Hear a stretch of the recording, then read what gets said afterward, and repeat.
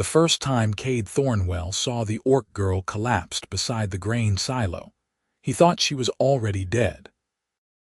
Her green skin had faded to something closer to gray, her breathing so shallow that the ragged blanket covering her barely moved. And even from 15 feet away, he could count every rib through the torn fabric of what had once been a tunic. Most people in the border town of Millcrest would have walked past without a second glance, relieved that one more monster would soon be gone from their streets. But Kade had spent 3 years on the northern frontier during the war, and he had seen enough death to recognize the difference between someone beyond saving and someone who just needed one more chance. He knelt beside her in the mud, ignoring the way his knees protested after a long morning hauling flour sacks, and pressed 2 fingers against her throat. The pulse was there, faint as a whisper but present. Her tusks were small, barely visible past her cracked lips, and her pointed ears lay flat against her skull in a way that reminded him of a wounded animal trying to make itself invisible. She could not have been more than 18 or 19, though it was hard to tell with orcs. The war had ended 2 years ago, but the hatred lingered like smoke in a closed room, thick and suffocating and poisoning everything it touched. Kade looked down at the small cloth bundle in his hand. Inside was the last piece of bread from his morning meal, saved because he had planned to eat it on his walk home. His stomach was already growling, reminding him that he had worked since before dawn and would not eat again until evening. The money from the mill barely covered his rent and firewood, and bread was a luxury he rationed carefully. But this girl, this orc girl that everyone else had decided deserved to starve, had the same hollow look in her face that his younger brother had worn during the famine year before the war. That was the year they had lost Thomas, and Kade had sworn on his grave that he would never look away from hunger again, no matter whose face wore it. He unwrapped the bread and broke off a small piece, then gently lifted her head. Her eyes flickered open, golden and unfocused, filled with a terror so raw it made his chest ache. She tried to pull away, but she had no strength left for even that small defiance. "Easy," Kade said softly, the way he would speak to a spooked horse. "I am not going to hurt you. You need to eat something." She stared at him like he had spoken in a language she did not understand, and perhaps in a way he had. Kindness was probably a foreign tongue to her now. He pressed the bread against her lips, and for a moment he thought she would refuse, that pride or fear would win out over survival. Then her mouth opened, and she took the smallest bite, chewing with desperate slowness, as if her body had forgotten how to process food. He gave her another piece, then another, rationing it out so she would not make herself sick, and he watched as tears began to slide down her gray-green cheeks. "What is your name?" he asked when the bread was gone. Her voice came out as barely more than a rasp. "Grisha." "I am Kade." "How long have you been out here?" "5 days. Maybe 6. She closed her eyes again, exhaustion overwhelming whatever instinct had kept her conscious. "Why did you help me?" It was a fair question. He was not sure he had a good answer. "Because you needed help." She laughed, a bitter sound that turned into a cough. "No one else thought so. Then they are cowards and fools." He sat back on his heels, studying her. She was dying here, slowly and publicly, and the whole town was content to let it happen. The thought made him angry in a way that surprised him with its intensity. "Where were you trying to go?" "Anywhere that was not here." Her eyes opened again, meeting his. "You should leave before someone sees you. They will think you are a traitor. Let them think what they want." But even as he said it, he knew she was right. Millcrest had never recovered from the war, and the people here needed someone to blame. Orcs were convenient targets for all that rage and grief. If he was seen helping one, even one as obviously harmless as Grisha, there would be consequences. Still, He could not just walk away now. His conscience would not allow it, and more than that, something about the way she had looked at him when he offered her bread had cracked something open in his chest that he had kept carefully locked for years. He made a decision that was probably stupid and definitely dangerous. "Can you walk?" "I do not think so." "Then I will carry you. My house is not far." Grisha's eyes widened. "You cannot. If they find me there, they will burn your house down. They will have to catch us first." Kade slipped his arms under her shoulders and knees, grunting as he lifted her. She weighed almost nothing, which was terrifying in its own way. He had carried supply packs that weighed more. "Hold on to me if you can." She did, her arms wrapping weakly around his neck, and he began to walk. The streets of Millcrest were not crowded at midday, most people either working or resting in the heat, but he still drew stares. An old woman spat at his feet as he passed. A shopkeeper shouted something about orc lover that he ignored. A child threw a rock that bounced off his shoulder, and Grisha flinched against him like she expected him to drop her and join in. But Kade kept walking, his jaw set, until he reached the small cottage he rented on the eastern edge of town, where the houses gave way to farmland and forest. Inside, he laid Grisha on his bed, the only piece of furniture in the room besides a table and 2 chairs. She looked impossibly small against the rough wool blanket, and he realized with a jolt that she was shivering despite the warmth of the day. Shock, probably, or fever, or both. He built up the fire in the hearth and filled a pot with water from the barrel by the door, then set it to heat. She watched him with those golden eyes, wary and confused, as if waiting for the trap to spring shut. "I am going to make you some broth," he said, pulling out an onion and the last wrinkled carrot from his stores. "It is not much, but it will be warm." "Why are you doing this?" Her voice was stronger now, tinged with suspicion. Kade chopped the vegetables with practiced efficiency, buying himself time to think. Why was he doing this? The honest answer was complicated, layered with guilt and memory and a bone-deep weariness of hatred. "During the war, I was part of a unit that raided an orc settlement. We were told they were soldiers, enemy combatants. When we got there, it was mostly families, old people, children. We still had our orders." He paused, the knife still in his hand. "I followed those orders. I have regretted it every day since." The silence that followed was heavy. When he glanced back at her, Grisha was staring at the ceiling, her jaw tight. "So I am your penance." "No," he turned to face her fully. "You are a person who needed help and I had help to give. It is that simple." "Nothing is that simple. Maybe it should be." He finished the broth and brought it to her in his least chipped bowl, helping her sit up enough to drink. She managed half of it before exhaustion pulled her back down, and Kade covered her with a second blanket he rarely used. For a long time he sat at the table, watching the rise and fall of her breathing, wondering what he had gotten himself into and knowing it was too late to turn back now. Somewhere in the town, people were already talking. By tomorrow, everyone would know that Kade Thornwell had taken in an orc.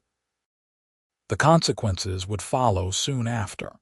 But when he looked at Grisha sleeping in his bed, her face finally peaceful instead of twisted with pain and fear, he found he did not regret his choice. He had spent 2 years trying to figure out how to live with what he had done during the war. Maybe this was not penance, but it was something. It was a start. The first 3 days were the hardest. Grisha slept most of the time, waking only to eat the small meals Kade prepared and to stumble outside to the privy, leaning heavily on his arm. She spoke little, and when she did, it was usually to insist that he should send her away before his neighbors took action. He ignored her. He had committed to this course, and Kade Thornwell was nothing if not stubborn. On the 4th day, she was strong enough to sit up on her own, and he found her examining his cottage with open curiosity when he returned from the mill.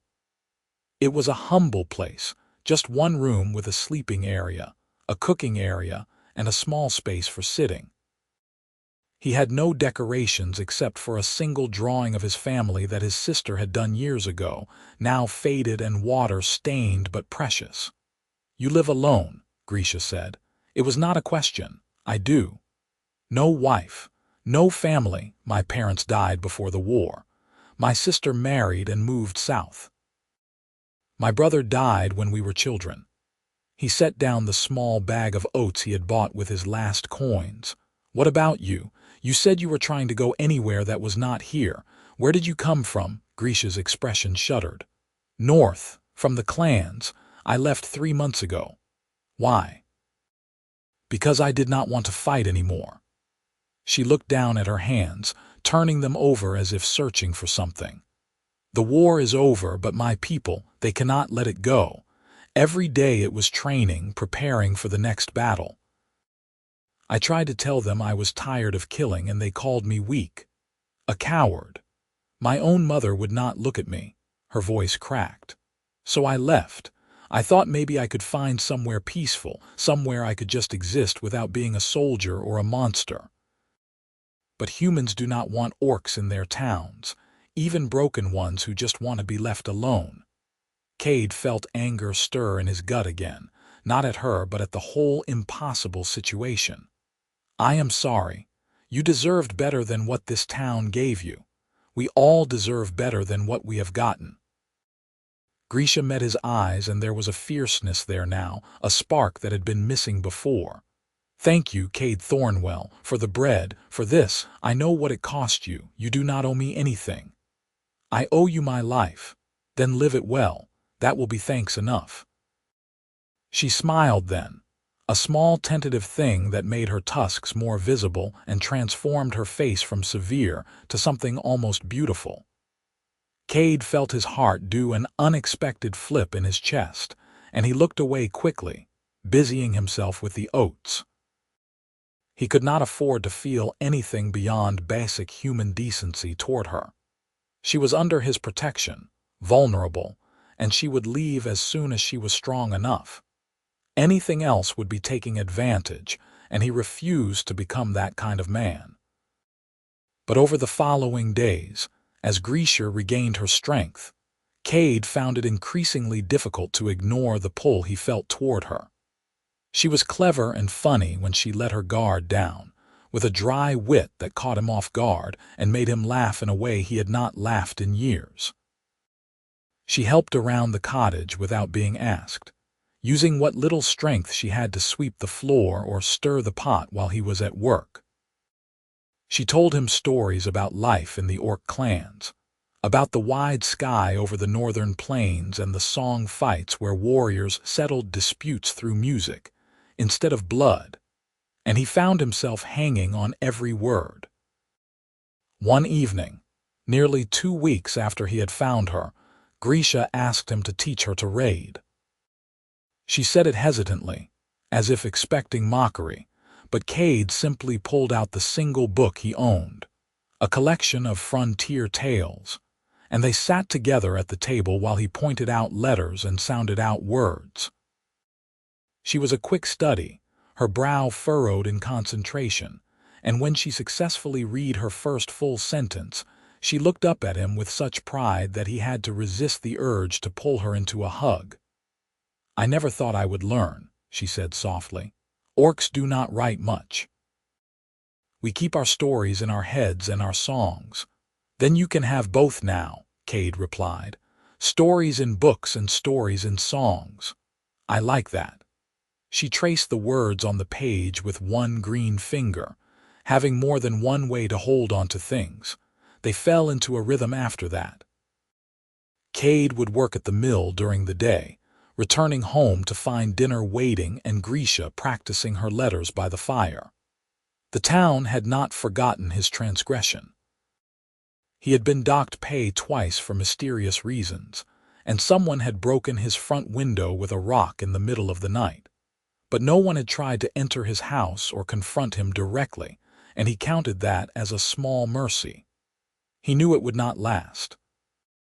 Sooner or later, someone would push the issue, and he would have to decide just how far he was willing to go to protect her. The answer came to him one night as he lay on the floor beside his bed, listening to Grisha's soft breathing above him. He had given her the bed over her strenuous protests, and he had grown used to sleeping on a bedroll with his coat as a pillow. It was not comfortable, but it let him sleep knowing she was safe and warm. And as he lay there in the darkness, he acknowledged the truth he had been avoiding. He was falling in love with her. Maybe he had been since the moment he offered her that piece of bread. Maybe it had happened slowly over shared meals and reading lessons, and the way she hummed under her breath when she thought he could not hear. But it was real, and it was terrifying, and he had absolutely no idea what to do about it. Orcs and humans did not fall in love. It was forbidden by both societies, taboo and dangerous, and bound to end in tragedy. Even if by some miracle Grisha felt the same way, which he had no reason to believe she did, they would never be accepted. Not here, not in the orc lands, not anywhere. The smart thing would be to help her move on as soon as possible, to send her south or west where the war had touched less deeply, and people might be more forgiving. The smart thing would be to forget the way his heart sped up when she smiled at him. But Kade had never been particularly smart when it came to matters of the heart. The confrontation came on a cold morning in early autumn. Kade was walking back from the mill, his shoulders aching from a long shift, when he found 3 men waiting outside his cottage. He recognized them. Bryce, the blacksmith's son, Oren, who worked at the general store, and Marcus Goff, a former soldier who had lost his brother during the war and had never recovered from the grief. They all wore hard expressions, and Marcus was holding a length of rope in a way that made Kade's blood run cold. "We need to talk, Thornwell," Marcus said.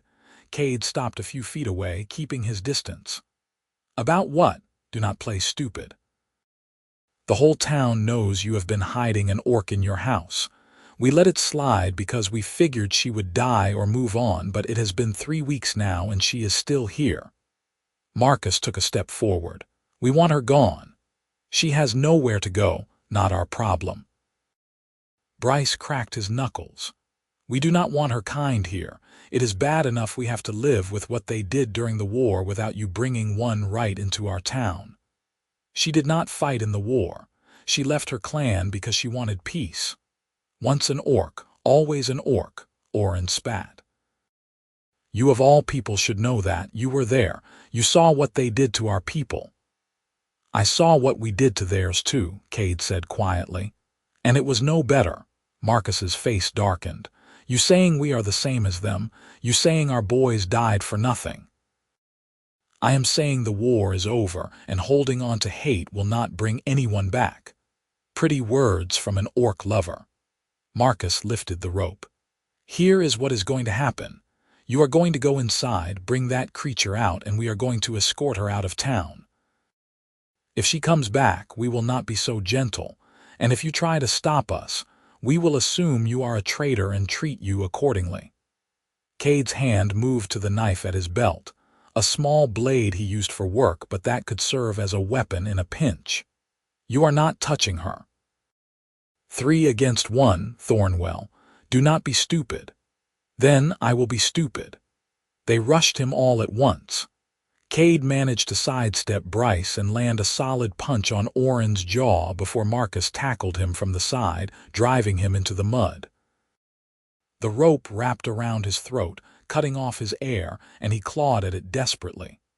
Black spots danced at the edges of his vision. Through the roaring in his ears, he heard the cottage door slam open. "Get away from him." The pressure on his throat released suddenly, and Kade gasped for air, rolling onto his side in time to see Grisha standing in the doorway. She had armed herself with the iron poker from the fireplace, and she held it like a weapon, her stance balanced and ready. Even weakened from starvation, she was taller than any of the men and far more intimidating. The monster shows herself, Marcus said, but there was uncertainty in his voice now. I am the monster. Grisha's voice was low and dangerous. You three attack one man and I am the monster. You would drag me away to do what? Hang me, beat me, kill me for the crime of being hungry and accepting help. She took a step forward, and all three men took a step back. Kade Thornwell showed me more kindness in one moment than anyone in this town has shown in 3 weeks. He fed me when I was starving. He gave me shelter when I was dying, and you want to punish him for that? He is a traitor to his own kind, Bryce muttered. His own kind, Grisha laughed, sharp and bitter. You mean humans. You think you all belong to the same tribe just because you share a skin color. During the war, I fought humans from 6 different kingdoms, all of them with different languages and customs and gods. The only thing they had in common was that they wanted orcs dead. And the only thing you three have in common with Kade is that you are cowards who need someone weaker to hurt. Marcus's face was red now. You dare! I dare! Grisha's grip on the poker tightened. And if you try to hurt him again, I will show you exactly what a trained orc warrior can do, starved or not. For a long moment, the tension hung in the air like a drawn blade. Then Orin tugged on Marcus's sleeve. Come on. She is not worth it. This is not over, Marcus said, but he was already backing away. The town council will hear about this. They will force you out, both of you. Let them try, Kade said, getting to his feet with Grisha's help. His throat felt bruised and his pride was battered, but he was alive. Now get off my property. The 3 men left, throwing dark looks over their shoulders. Kade waited until they were out of sight before he sagged against Grisha, suddenly exhausted. She helped him inside and made him sit while she examined the rope burn on his neck with gentle fingers. You should have let them take me, she said quietly. Never, Kade, they will not stop. They will make your life hell until I leave or they drive us both out. Then they will be disappointed. He caught her hand, holding it. I am not giving you up, Grisha, not to them, not to anyone. She stared at him, her golden eyes wide and searching.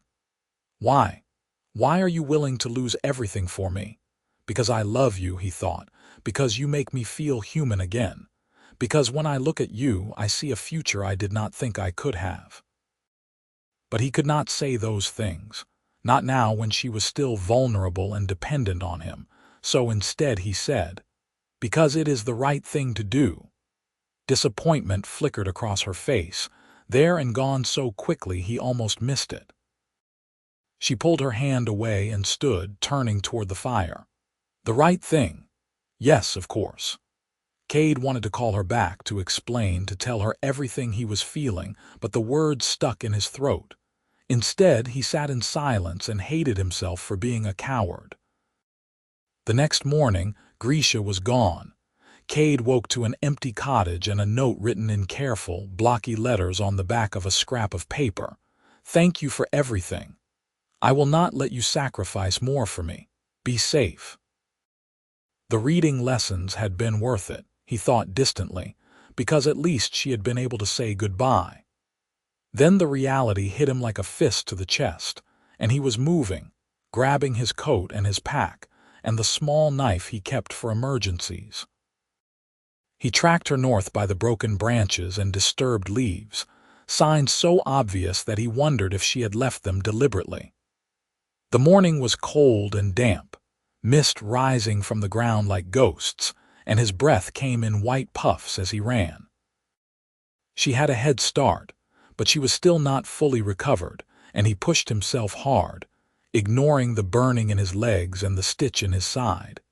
He found her 2 hours later, sitting on a fallen log beside a stream.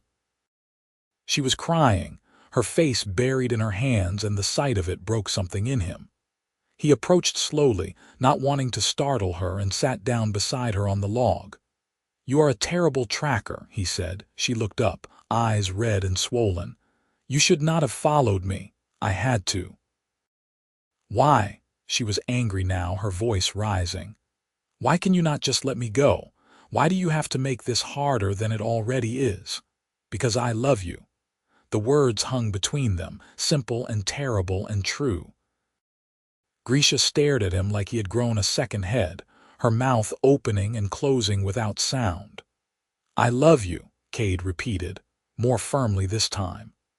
"I think I have loved you since that first day, and I know it is complicated and probably impossible, but I am done pretending I do not.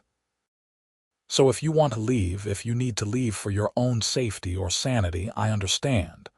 But do not leave because you think you are protecting me. Let me decide what I am willing to risk." Grisha was shaking her head slowly, tears streaming down her face again. "You cannot love me. I am an orc. We are enemies. You are Grisha and I am Kade. The rest is just noise. The rest will get us killed. Maybe, but I would rather die having loved you than live safely having never tried." She made a sound that was half laugh, half sob. "You are an idiot, I know.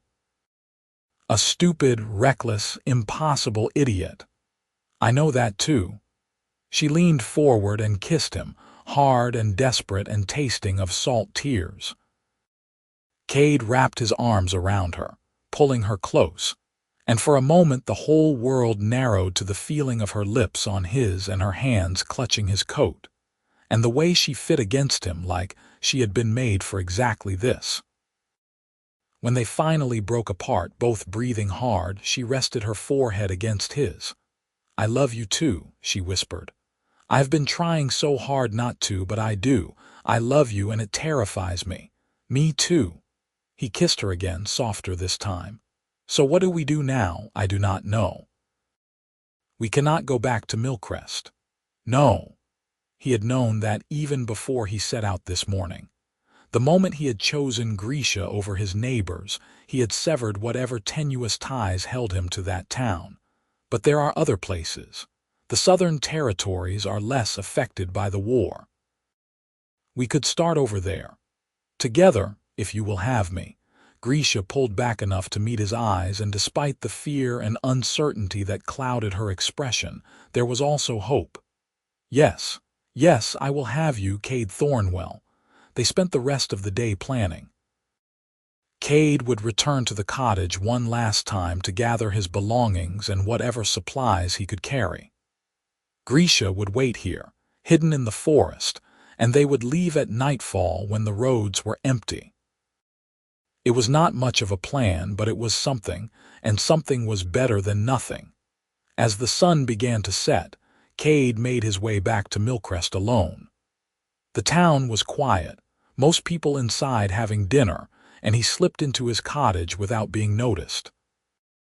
He packed quickly, taking only what was essential: clothes, food, the book he had used to teach Grisha to read, the drawing of his family.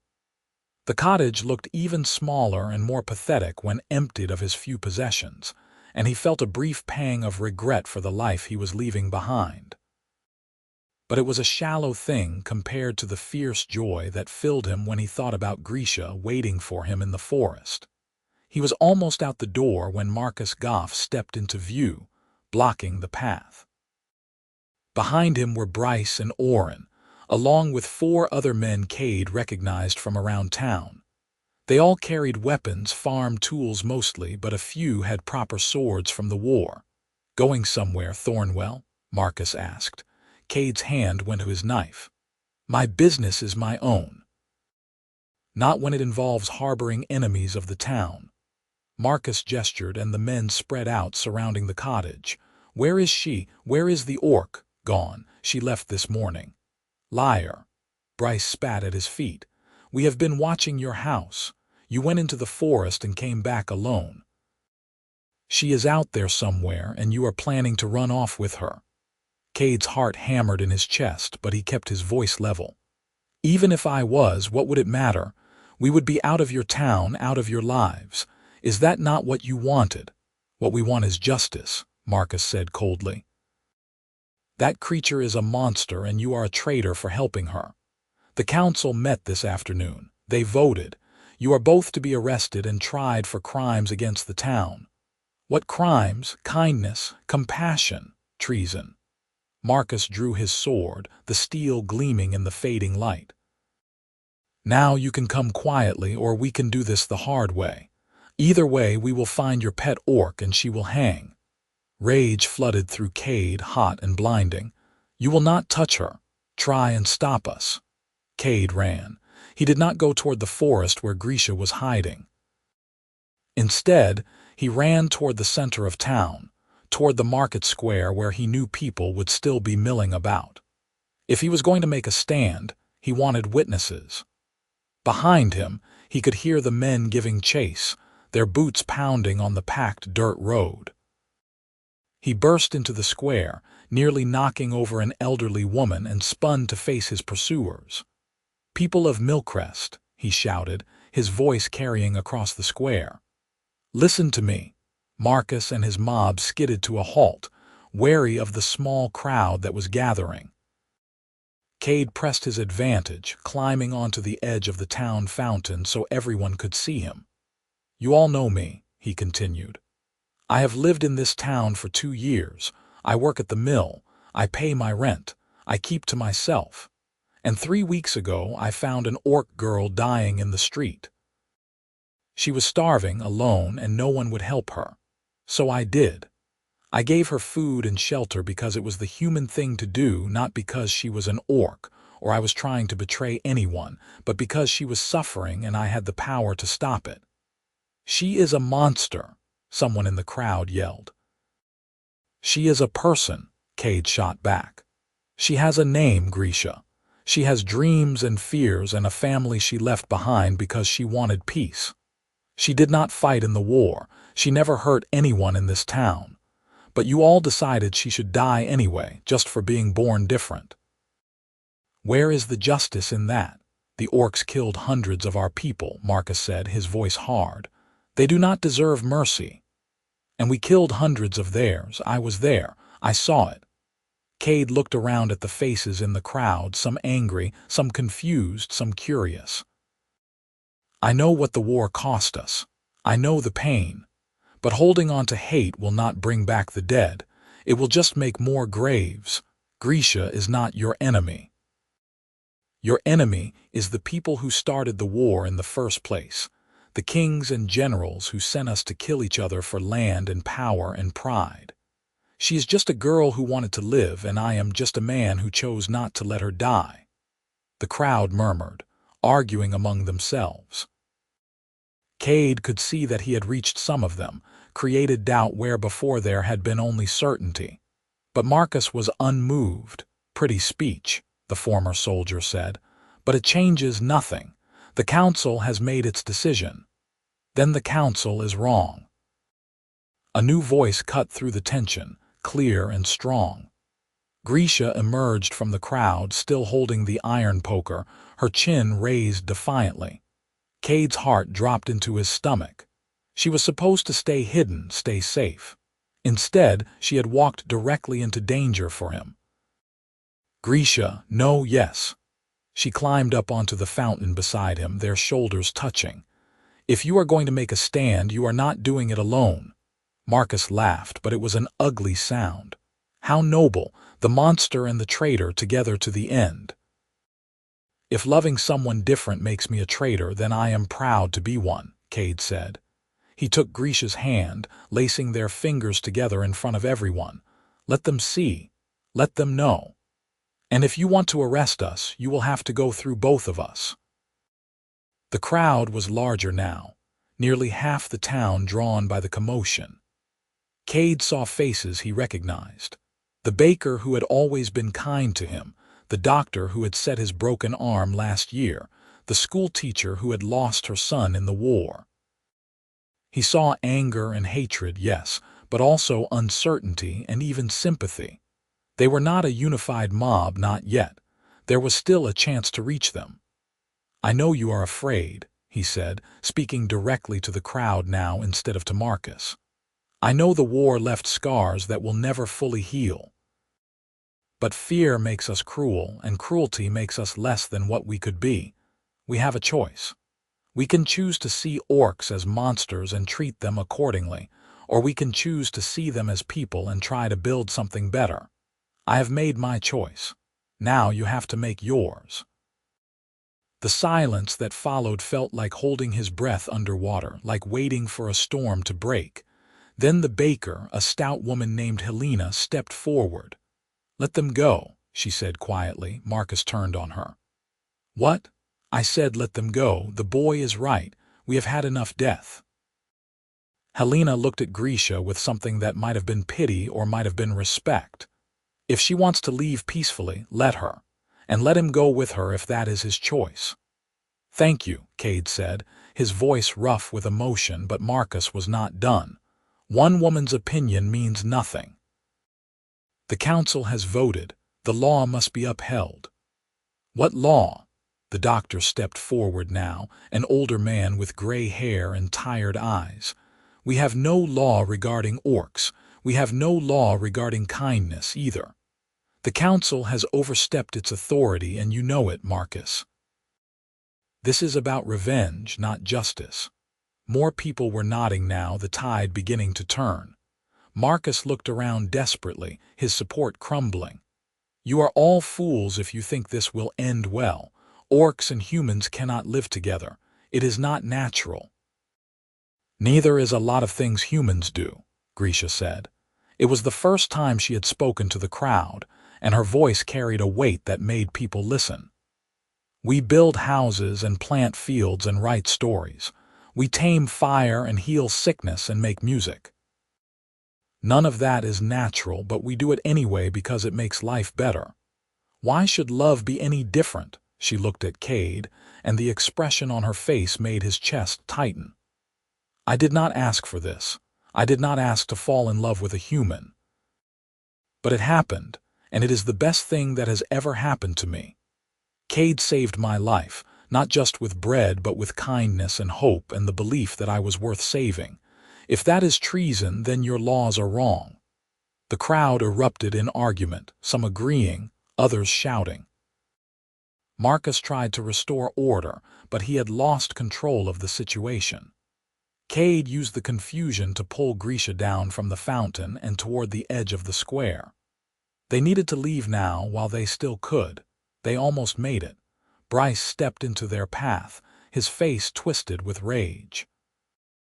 "You are not going anywhere, monster." He swung a club at Grisha's head, and she barely managed to raise the poker in time to block it.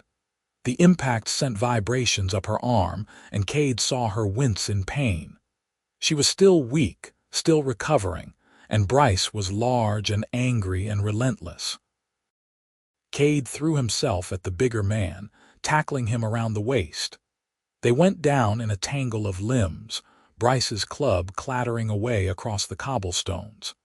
Kade got in 2 good punches before Bryce flipped him, and then there were hands around his throat again, squeezing. He clawed at Bryce's face, gasping for air, his vision starting to blur. Then Grisha was there, the poker connecting with the side of Bryce's head with a dull thunk. The blacksmith's son collapsed, unconscious but breathing. Grisha pulled Kade to his feet, her hands shaking. "Are you all right?" "I will be," he coughed, his throat raw. "We need to go.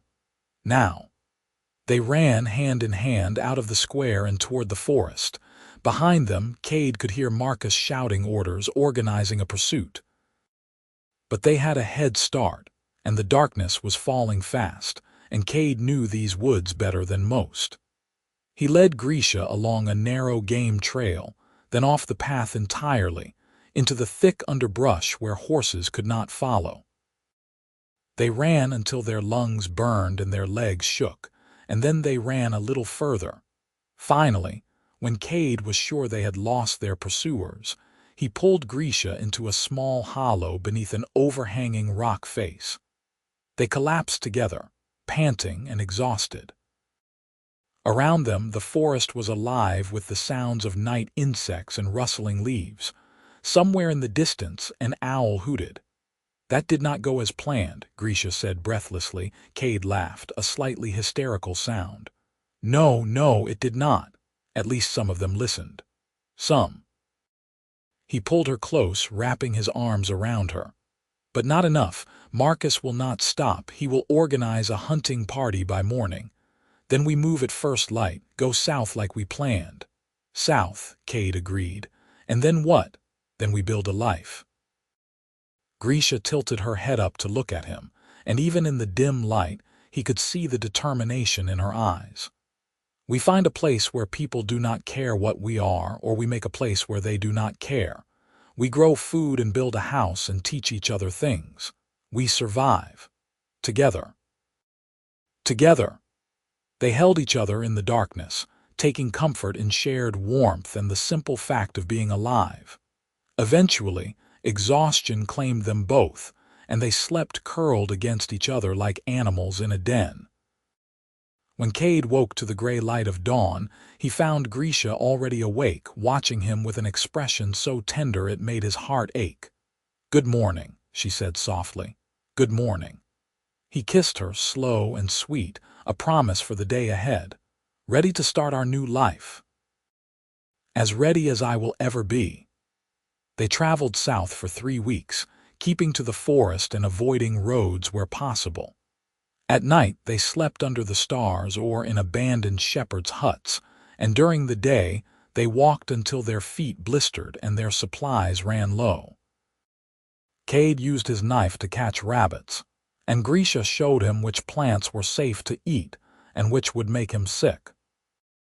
They traded stories and songs, learned each other's languages and customs, and slowly the fear that had driven them from Milcrest began to fade, replaced by something tentative but growing. Hope, perhaps, or maybe just the stubborn human refusal to give up. They reached the southern territories in early winter, crossing into a region that had remained mostly neutral during the war. The first town they encountered was called Riverside, a modest settlement built along a wide, slow-moving river. Kade approached cautiously, leaving Grisha hidden in the forest while he went to scout. But to his surprise, the people of Riverside were not hostile. They were wary, yes, but more curious than angry when he asked if orcs were welcome. "We have had a few come through," the innkeeper told him, a middle-aged man with a thick beard. "Mostly traders from the eastern clans. As long as they do not cause trouble, we do not make trouble. Times are hard enough without starting fights for no reason." Emboldened, Kade returned for Grisha. Walking into Riverside together, hand in hand, felt like stepping into a dream. People stared, but no one threw rocks or shouted insults. A few children followed them for a while, giggling and whispering, but their parents called them back with gentle reprimands rather than angry threats. It was not acceptance, not quite, but it was tolerance, and that was more than they had dared hope for. They found work quickly. Kade hired on at a lumber mill on the outskirts of town, his experience from Milcrest making him a valuable worker. Grisha took a job at a farm, using her orc strength to handle tasks that would have required 2 or 3 human workers. The pay was modest but fair, and within a month they had saved enough to rent a small cabin on the edge of the forest, a humble place with 1 room and a leaky roof but privacy and safety. Life settled into a new rhythm. Kade would wake before dawn and walk to the mill, working until his muscles screamed and his hands were covered in splinters. Grisha would spend her days in the fields, planting and harvesting, her green skin darkening under the sun until she looked almost bronze. In the evenings, they would meet at the cabin, exhausted but happy, and cook dinner together.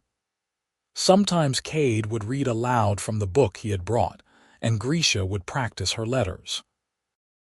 Other times they would simply sit by the fire, talking about their days or planning for the future or saying nothing at all, content in each other's presence. The people of Riverside grew used to them. The initial stares turned to nods, the nods to greetings, and slowly, tentatively, something like friendship began to form. The farmer who employed Grisha, an older woman named Clara, invited them to dinner one night, and they sat at her table eating stew and listening to her talk about her children who had moved away. The innkeeper remembered Kade's name and always had a friendly word when he passed. A group of children who had been wary at first began to wave to Grisha in the mornings, and she would wave back with a shy smile that made Kade fall in love with her all over again. Winter deepened, and with it came new challenges. Food became scarce and expensive. The cabin's roof leaked worse during storms, and they had to set out buckets to catch the rain. Kade fell ill with a fever that lasted a week, and Grisha nursed him through it with a tenderness that brought tears to his eyes. When she caught the same fever shortly after, he returned the favor, staying awake through the night to keep cool cloths on her forehead and whisper reassurances when she woke confused and frightened. But they survived. They survived the winter and the fevers and the loneliness that sometimes crept in when they thought about the families and homes they had left behind. They survived because they had each other, and that was enough. Spring came like a benediction, the world turning green and alive again. Kade and Grisha celebrated by fixing the cabin's roof, a task that took 3 days and involved a lot of cursing and laughter. They planted a small garden behind the cabin, vegetables mostly, but also a few flowers that Grisha said reminded her of the northern plains. And one evening, as they sat on the porch watching the sun set over the river, Kade realized that he was happy. Truly, deeply happy in a way he had not been since before the war. He turned to Grisha, who was leaning against his shoulder, her eyes half closed in contentment. "Will you marry me?" She stiffened, her eyes flying open. "What? Will you marry me?" he repeated, his heart racing. "I know we cannot have a traditional ceremony and I do not have a ring and we will probably have to do it ourselves because I doubt anyone would officiate, but I want to. I want to stand up and declare to anyone who will listen that you are my family, my partner, my love. I want to build a life with you that is not just about survival but about joy. So, Grisha of the northern clans, will you marry me?" For a moment she just stared at him, her golden eyes wide and shining with unshed tears. Then she laughed bright and clear and kissed him so hard they both nearly fell off the porch. "Yes," she said when they broke apart. "Yes, 1,000 times yes, you ridiculous, wonderful man." They married themselves a week later, standing in the garden behind their cabin with no witnesses except the birds and the wind and the setting sun. Grisha wore a dress she had sewn from fabric she bought with her own wages, simple and green like her skin. Kade wore his best shirt, mended and clean, and in his hand he held 2 braided circles made from willow branches, makeshift rings to symbolize a promise neither of them would break. "I, Kade Thornwell, take you, Grisha, to be my wife," he said, his voice steady despite the emotion threatening to overwhelm him. "I promise to love you, to protect you, to stand by your side through whatever comes. I promise to see you not as orc or human but simply as you, the person who saved me as much as I saved you. I promise to build a life with you worth living." Grisha's voice was thick with tears, but she spoke clearly. "I, Grisha of the northern clans, take you, Kade Thornwell, to be my husband. I promise to love you, to honor you, to share my strength and my heart with you. I promise to never forget the day you gave me bread when no one else would feed me, and to spend every day showing you that your kindness was not wasted. I promise to build a future with you worth fighting for." They exchanged the willow rings, slipping them onto each other's fingers, and then they kissed as the sun dipped below the horizon, painting the sky in shades of orange and gold. It was not a traditional wedding. There was no priest, no guests, no feast, but it was theirs and it was perfect. That night, they lay together in their bed, now truly married, and talked about dreams for the future. They would save money to buy land of their own. They would build a proper house, one with a solid roof and room for children if they were blessed with them. They would grow old together, watching the seasons turn and the world change, and they would face it all hand in hand. Summer brought new opportunities. Clara, the farmer who employed Grisha, approached them with an offer. She was getting old and her children had no interest in the farm. She wanted to sell it, but she wanted it to go to someone who would care for it. She offered to sell it to them at a price she knew they could afford if they saved for another year, with the option to pay in installments. It was more than they had dared hope for.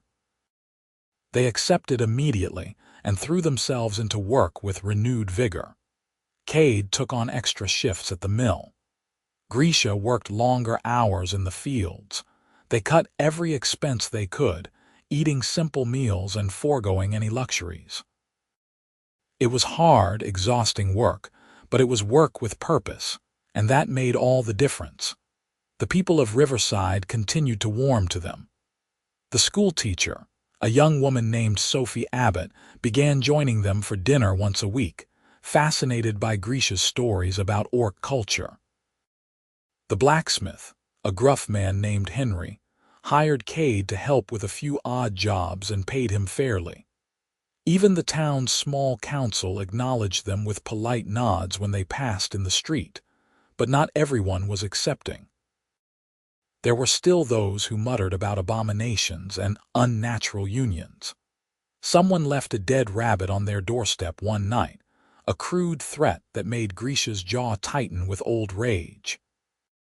And occasionally, travelers from the north would pass through Riverside and bring news from Millcrest, reminding them that Marcus Goff and his ilk had not forgotten or forgiven. Kade tried not to worry about it. They were building something here, something real and good, and he refused to let the ghosts of the past destroy it. But he kept his knife sharp and his ears open, and at night when Grisha slept beside him, he found himself lying awake sometimes, listening for footsteps that never came. The first anniversary of their self-marriage arrived on a warm spring evening. Kade surprised Grisha by taking the afternoon off work and leading her to a quiet spot by the river, where he had prepared a picnic with cheese and bread, and even a small cake he had begged the baker to make. They ate and talked and watched the water flow past, timeless and peaceful. "You ever regret it?" Grisha asked suddenly. "Leaving Millcrest, giving up your old life?" Kade considered the question carefully. "I regret that I had to. I regret that the world made it necessary. But I do not regret choosing you. That was the easiest decision I ever made. Even though it cost you everything, it did not cost me everything." He took her hand, running his thumb over the willow ring that had dried and hardened but still remained intact. "It gave me everything." "You are my everything, Grisha." She leaned against him, her head on his shoulder. "I love you, Kade Thornwell. I love you too." They sat like that until the sun set and the stars came out, just two people in love against the backdrop of an indifferent universe, and it was enough. It was more than enough. By the end of their second year in Riverside, they had saved enough to make the down payment on Clara's farm. The old woman sold it to them with tears in her eyes, pleased that her life's work would continue in good hands. The farm was 40 acres of fertile land with a sturdy farmhouse, a barn, and several outbuildings. It needed work, repairs, and updates that they would have to manage themselves, but it was theirs. Their land. Their home. They moved in on a crisp autumn morning, carrying their few possessions from the cabin to the farmhouse. The house was bigger than anywhere Kade had lived since childhood, with 2 bedrooms, a proper kitchen, and even a small parlor. Grisha walked through it with wonder in her eyes, touching the walls and windows as if to confirm they were real. "We did it," she said, turning to him with a smile that lit up her whole face. "We actually did it. We did." Kade pulled her into his arms, spinning her around until she laughed. "We have a home, Grisha. A real home. They spent the next several weeks making the farmhouse their own. Kade built new furniture to replace the worn pieces Clara had left behind. Grisha sewed curtains and planted flower boxes. They painted the walls and fixed the squeaky floorboards, and made 100 small improvements that transformed the house from Clara's home into theirs. It was backbreaking work, but they approached it with joy, knowing that every nail driven and every brush stroke applied was building their future. Their first winter on the farm was hard. The harvest had been modest, barely enough to see them through until spring, and there were unexpected expenses that ate into their savings. The barn roof collapsed under heavy snow, and they spent a week rebuilding it in freezing temperatures. Grisha fell through thin ice while fetching water from the stream and developed a cough that lingered for a month. Kade injured his hand at the mill and could not work for 2 weeks, leaving them scrambling to make ends meet. But they endured. They endured because they were together, and because they had weathered worse storms. And when spring came again, bringing with it the promise of new growth and new opportunities, they planted their fields with hope and determination. The crops that year were bountiful. The weather cooperated, rain falling when it was needed and sun shining when it was not. And by summer, their fields were lush and green.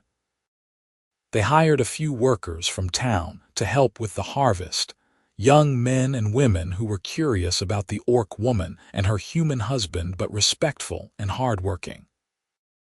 The harvest brought in enough money to pay off a significant portion of their debt to Clara's estate and to start saving for future projects. Life on the farm fell into a comfortable rhythm. Kade managed the business side, selling their produce in town and negotiating prices with merchants.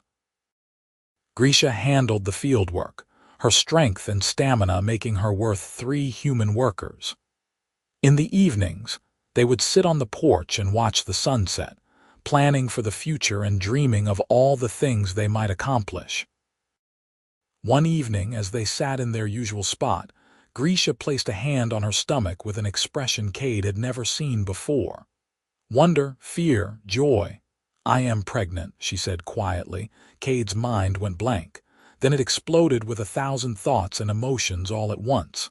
Happiness, terror, excitement, worry. "Are you sure?" "I am sure. I have known for a few weeks, but I wanted to be certain before I told you." She looked at him, her golden eyes searching his face. "Are you happy?" "Happy." Kade pulled her into his arms, holding her so tight she squeaked in protest. "Grisha, I am terrified and thrilled and completely unprepared, but yes, I am happy. So happy." She laughed, the sound muffled against his chest. "Me too." They spent the next months preparing for the baby's arrival with a mixture of excitement and nervous energy.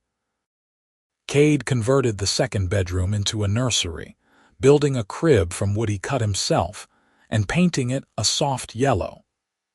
Grisha sewed blankets and tiny clothes, her large hands surprisingly deft with needle and thread.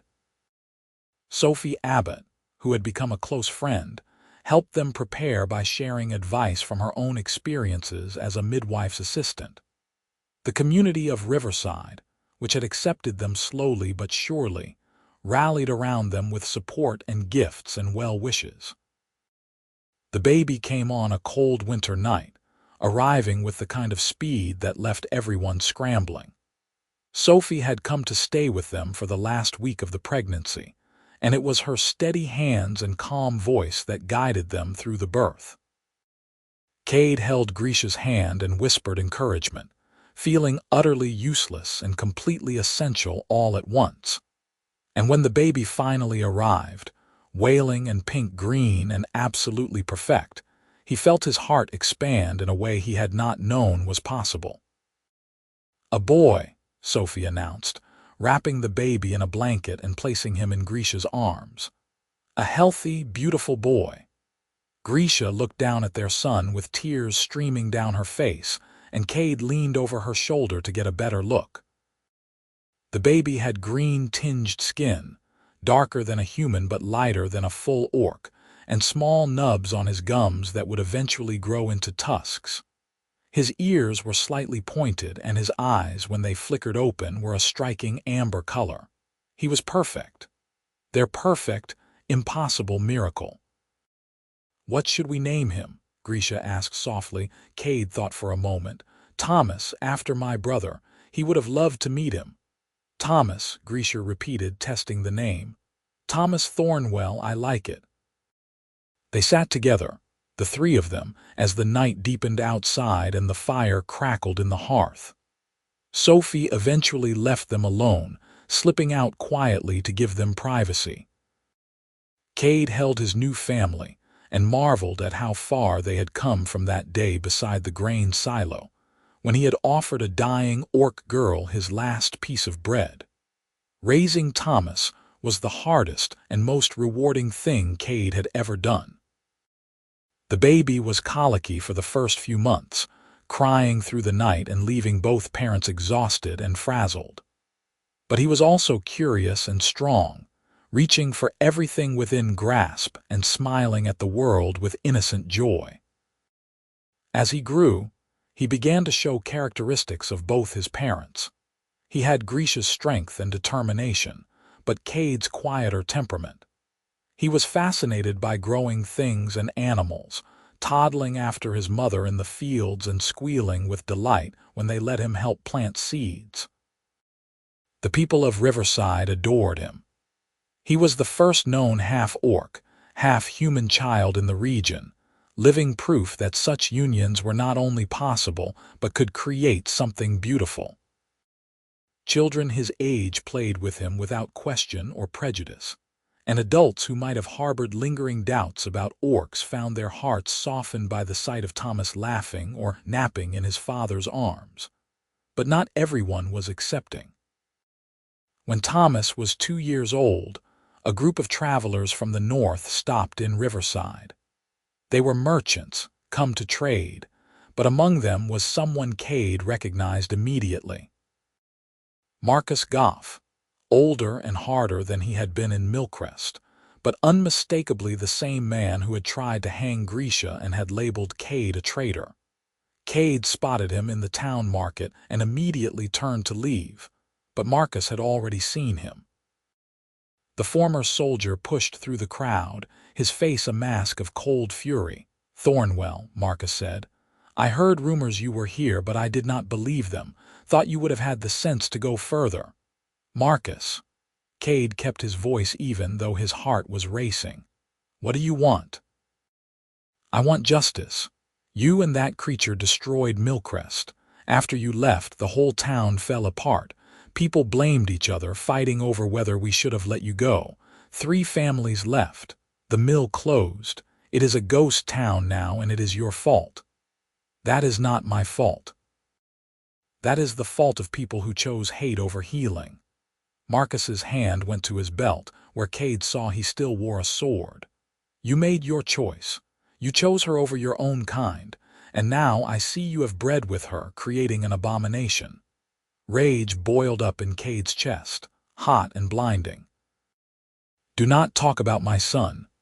Your son is a monster, just like his mother." Kade's fist connected with Marcus's jaw before he even realized he had thrown the punch. The older man staggered back, and suddenly people were shouting, forming a circle around them. Marcus drew his sword and Kade backed up, weaponless and outmatched. "Stop!" Grisha's voice cut through the chaos. She pushed through the crowd, Thomas on her hip, her face fierce. "Put the sword down, Marcus Goff." Marcus turned to her, his lip curling. "The monster herself. And carrying another abomination. You should have died in Millcrest. But I did not." Grisha set Thomas down and gently pushed him towards Sophie Abbott, who had appeared in the crowd. Then she stepped forward to stand beside Kade. "I lived. We both lived. And we built something here, something good. You can hate us for that if you want, but it will not change anything. It will change when I kill you both and rid the world of your filth." He lunged forward, sword raised, and Kade barely managed to dodge. But before Marcus could swing again, Henry the blacksmith stepped between them, his massive frame blocking the attack. "Enough," Henry said, his voice like gravel.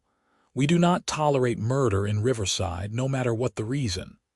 "Move aside," Marcus snarled. "This does not concern you." "It concerns all of us." Sophie Abbott spoke up now, holding Thomas protectively. "Kade and Grisha are part of our community. If you want to hurt them, you will have to go through the rest of us first." Other people were nodding, stepping forward to form a barrier between Marcus and his targets. The innkeeper, the baker, Clara leaning on a cane but standing firm. Even some of the merchants Marcus had traveled with were shaking their heads, unwilling to support violence. Marcus looked around at the crowd, seeing his isolation, and slowly lowered his sword. "You are all fools. This will end badly." "Maybe," Kade said, "but it will be our choice, not yours." Marcus spat at his feet, then shoved his way back through the crowd and out of the market. His companions followed, muttering apologies, and within minutes the tension had dissipated, leaving behind only relief and nervous laughter. Henry clapped Kade on the shoulder. "You all right?" "I am now, thank you. All of you." Grisha reclaimed Thomas, who had started to cry, and held him close. "I thought we had left this behind." "Some things follow you," Sophie said gently, "but you are not alone anymore. You have friends here, family." And it was true. Looking around at the faces of the people who had stood up for them, Kade felt a surge of gratitude so intense it brought tears to his eyes. They had found something precious here in Riverside, something worth protecting. They had found acceptance, community, and a place where their son could grow up safe and loved. That night, after Thomas was asleep, Kade and Grisha stood on their porch and looked out over their land.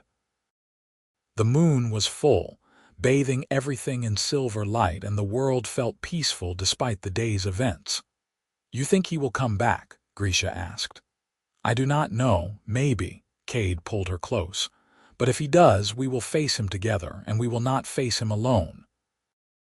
"I never thought we would have this," she said softly. "When you found me that day, I thought I was going to die. I never imagined I would have a home, a family, a life worth living." "I never forgot that day either," Kade replied. "The day I gave you my last bread. It was the best decision I ever made." Grisha turned to look at him, her eyes shining in the moonlight. "Why? Why did you do it? You still have never really told me." Kade thought about it, about the real answer buried beneath all the noble words and justifications. "Because I looked at you and I saw someone who deserved a chance. And because I was tired of being the man who looked away. I wanted to be better than I had been, and you gave me that opportunity. So I saved you too. You saved me too." They kissed under the stars, two people who had found each other at the worst possible moment, and had somehow built a life together despite everything the world had thrown at them. Inside the house, their son slept peacefully, dreaming whatever dreams half-orc babies dreamed. Around them, their land stretched out, fertile and promising. And above, the universe turned indifferent and eternal, but in this small corner of it, love had won. The years that followed were good ones. Thomas grew into a bright, energetic boy who loved working on the farm and playing with the other children in town. Grisha and Kade expanded their operation, buying more land and hiring workers, becoming one of the most successful farms in the region. They had 2 more children, a daughter they named Kira, and another son they called Marcus, a choice that raised eyebrows but that Kade insisted on. He wanted to reclaim that name, to turn it into something associated with love instead of hate. Marcus Goff never returned to Riverside, though they heard reports that he had died a few years later in a tavern brawl in some northern town. Kade felt a mixture of relief and sadness at the news. The man had been consumed by his pain, unable to let go of the past, and it had destroyed him. Kade vowed to never let that happen to himself or his family. Sophie Abbott married a merchant from a neighboring town and moved away, but she visited regularly, bringing her own children to play with Kade and Grisha's. Henry the blacksmith became Thomas's mentor, teaching the boy how to work metal and shape iron. Clara passed away peacefully in her sleep at the age of 85, but not before she got to meet all three of Kade and Grisha's children and tell them stories about the farm's history. The world outside Riverside continued to change. The war became a distant memory, replaced by new conflicts and new alliances. More orcs began settling in human territories, and more humans ventured into orc lands. It was not perfect. There was still prejudice and fear and violence. But it was progress, slow and painful but real, and through it all, Kade and Grisha built their life together. They celebrated anniversaries and birthdays. They weathered droughts and storms. They watched their children grow and learn and become their own people. They grew older, lines appearing on their faces and gray threading through their hair, but their love never diminished. If anything, it deepened, becoming richer and more complex with each passing year. On their 20th anniversary, Kade took Grisha back to the spot by the river where he had proposed all those years ago. They were older now, their bodies marked by time and hard work, but they still fit together perfectly when they sat side by side on the riverbank. 20 years, Grisha said wonderingly. Sometimes it feels like yesterday, sometimes it feels like a lifetime. Both are true, Kade replied. He pulled out a small box from his pocket. I got you something. Inside the box was a ring, a real one this time, made of silver with a small green stone set in the center. Grisha gasped, her eyes going wide. Kade, this must have cost. It does not matter what it cost, you are worth it. He took her hand and slipped the ring onto her finger beside the willow band that had somehow survived all these years. I wanted you to have something lasting. Something that says I am still choosing you every day for the rest of our lives. Grisha threw her arms around him, kissing him with the same passion she had that day in the forest when he first told her he loved her. I choose you too, Kade Thornwell, today and always. They sat together as the sun set, watching the light play across the water, and Kade thought about how far they had come from that desperate day beside the grain silo. He had given his last bread to an orc girl no one would feed, and she had never forgotten. But more than that, he had never forgotten either. That moment had changed both their lives, setting them on a path neither could have anticipated, but that had led to more happiness than either had dared dream possible. Tell me again, Grisha said suddenly. Tell me about that day. Kade smiled, knowing exactly what she meant. I saw you lying there and I thought you were already dead. But then I checked, and you were still breathing, barely. And I had this bread in my hand and I knew I should save it for myself because food was scarce and money was tight. But I looked at your face and I just could not walk away. I thought you were going to hurt me, Grisha said softly. When you lifted my head, I thought it was finally over. Then you gave me the bread and I did not understand. No one had been kind to me in so long. I thought maybe I was hallucinating. You cried. I cried because I had forgotten that kindness existed. She leaned her head on his shoulder. That day changed everything for me. It gave me hope when I had none. It showed me that not all humans were the same, that maybe there was a chance for something different. It saved my life in more ways than just keeping me alive. It saved my life too, Kade said. I was so lost after the war, drowning in guilt and regret. You gave me a purpose again. You gave me a reason to be better. They sat in comfortable silence, watching the stars begin to appear in the darkening sky. In the distance, they could hear laughter from their farmhouse, where their children were preparing a surprise anniversary dinner. Life was good. Complicated and hard sometimes, but good. "You think our children will remember this?" Grisha asked. "The world that existed before they were born, the world that tried to keep us apart. I think they will remember what we teach them," Kade replied. "That love is stronger than hate. That kindness matters. That choosing to help someone even when it costs you is never the wrong choice. Good lessons, the best ones." As the night deepened and the air grew cold, they stood and walked hand in hand back toward their home, toward the lights and laughter and warmth waiting there. And if someone had asked Kade in that moment if he regretted giving his last bread to an orc girl no one would feed, he would have laughed and held his wife closer and said that it was the moment his real life began. Because some choices echo through time. Some moments of kindness ripple outward, touching more lives than we can imagine. And sometimes, when we least expect it, giving away the last thing we have is exactly how we find everything we ever needed. Their story was not unique in its struggles or its triumphs. But it was theirs, built piece by piece from courage and compassion, and the stubborn belief that the world could be better than it was.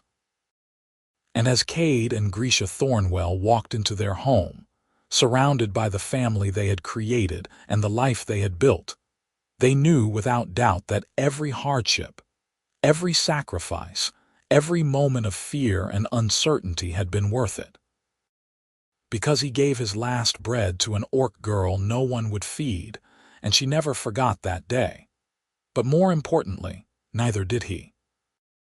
And together, they had transformed that single moment of kindness into a lifetime of love, proving that sometimes the smallest gestures have the biggest impact, and that choosing compassion over cruelty can change not just one life, but generations to come.